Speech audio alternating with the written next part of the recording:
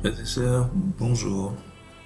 Ravi de vous rencontrer aujourd'hui pour partager la parole pendant ce temps où nous cheminons vers Pâques. Et le texte qui m'a été proposé aujourd'hui nous vient du 8e verset du psaume 145 et je vais vous le lire. L'Éternel est miséricordieux et compatissant, lent à la colère et plein de bonté. Ce verset est le cœur même de ce psaume 145. Le psaume 145 est construit comme un acrostiche. Chaque verset correspond à une lettre de l'alphabet hébraïque. Donc, alors que les premiers versets célèbrent la grandeur et la puissance de Dieu, le verset 8 bascule vers sa proximité et sa sensibilité envers l'être humain. C'est l'expérience que ces hommes et ces femmes de la Bible font de Dieu. Mais ce verset n'est pas que l'invention du roi David, parce qu'on attribue ce psaume, les psaumes 138 à 145, comme étant les psaumes de David. David n'invente pas cela.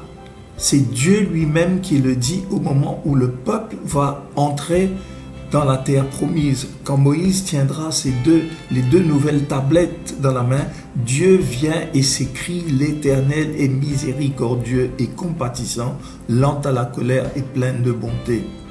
Cela va être vraiment cette confession de foi spirituelle de tout le peuple pendant tout son cheminement, puisque ce verset, nous le retrouvons au moins 13 fois dans l'Ancien Testament, dans les psaumes, chez Jonas, chez pas mal de petits prophètes et même de grands prophètes qui nous parlent de cette bonté, de cette miséricorde de Dieu.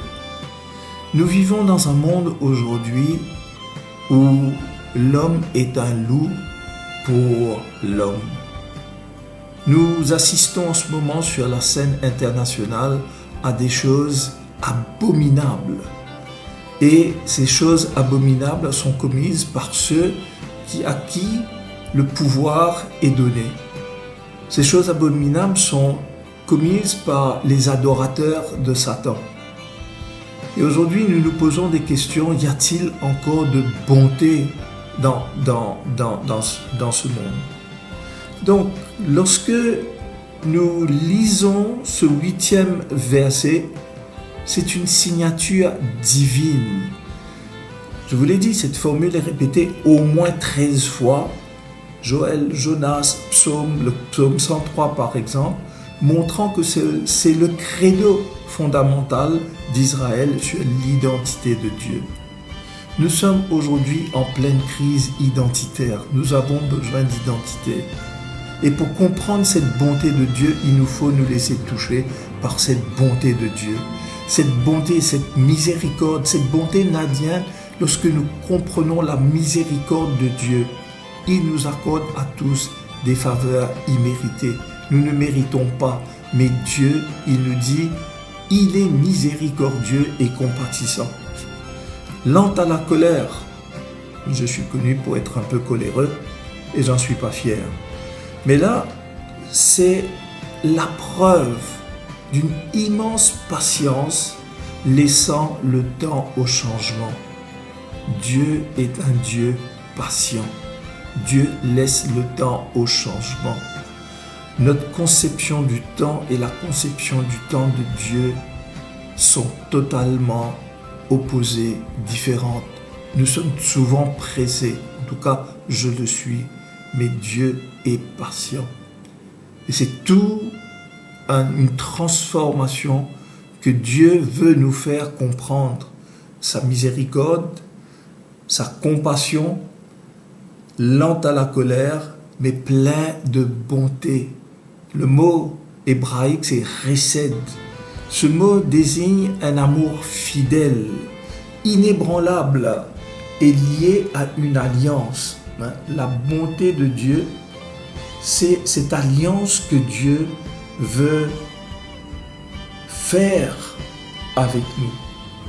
J'ai un ami congolais qui, à chaque fois que nous avons une opportunité de nous rencontrer ou de nous parler au téléphone, il me dit toujours: Dieu fait les choses en son temps.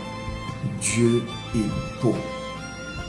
Mes amis, c'est dans cette louange que nous avons cette certitude, cette assurance, que tout ce qu'il y a aujourd'hui autour de nous qui nous perturbe ne peut pas nous détruire, puisque nous sommes inscrits, nous sommes dans la paume des mains de notre Seigneur.